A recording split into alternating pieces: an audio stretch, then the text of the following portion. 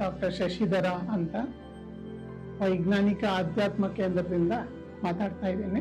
ಕೃಷ್ಣ ತತ್ವ ನೀನಾಗು. ಏನ್ ಹಾಗಂದ್ರೆ ಕೃಷ್ಣ ತತ್ವ ಅಂದ್ರೆ ಏನು? ಇದಕ್ಕೆ ಒಂದು ಕತೆ ಜ್ಞಾಪಕ ಬರುತ್ತೆ. ಕೃಷ್ಣ ಸಂಧಾನಕ್ಕೋಸ್ಕರ ಬರ್ತಾನೆ.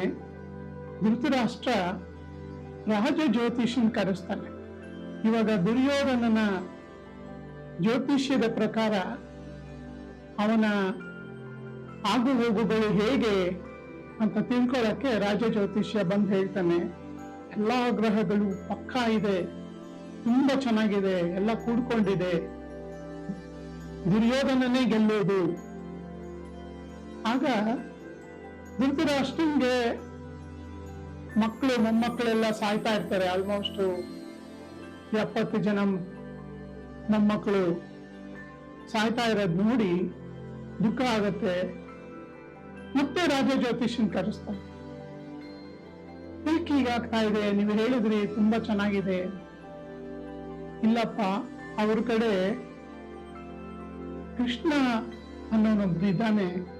ಅಂದ್ರೆ ಕಾನ್ಶಿಯಸ್ನೆಸ್ ಅಂತ ನಾವೇನ್ ಬಯಸ್ತೀವಿ ಅದನ್ನ ನಾವು ಇವಾಗ ಎವರ್ ಪ್ರೆಸೆಂಟ್ ರಿಯಾಲಿಟಿ ಅಂತ ಕರಿತೀವಿ. ಆ ಕಾನ್ಶಿಯಸ್ನೆಸ್ ಅನ್ನೋದು ತುಂಬಾ ಒಬ್ಬೊಬ್ಬರಿಗೆ ಒಂದೊಂದು ರೀತಿ, ಸೈಕಾಲಜಿನಲ್ಲಿ ಒಂಥರ, ಸ್ಪಿರಿಚುಯಾಲಿಟಿಯಲ್ಲಿ ಒಂಥರ, ಮೆಡಿಕಲ್ ಟರ್ಮಲ್ಲಿ ಒಂಥರ.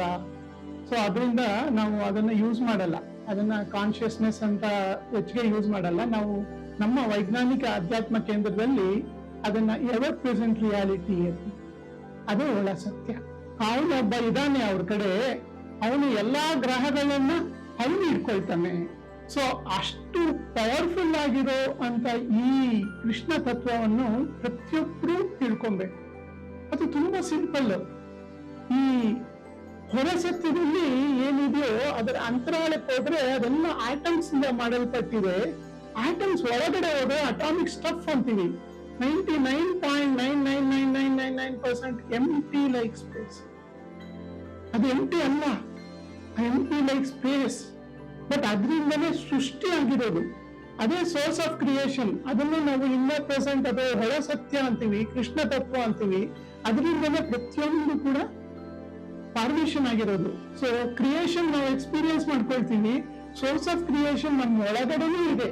ಸೊ ಆ ಕೃಷ್ಣ ತತ್ವವನ್ನು ನಾವು ತಿಳ್ಕೊಂಡಾಗ ಇವಾಗಿನ ಕಾಲದ ಜ್ಯೋತಿಷ್ಯ ಏನೇನೋ ಹೇಳ್ತಾರೆ, ವಾಸ್ತು ಪ್ರಾಬ್ಲಮ್ಮು, ಜ್ಯೋತಿಷ್ಯ ಪ್ರಾಬ್ಲಮ್, ಇದನ್ನೆಲ್ಲ ಮೀರಿ ಹೋಗುವಂತ ಮಾನವ ಜನಾಂಗಕ್ಕೆ ದೊರಕುತ್ತೆ. Thank you.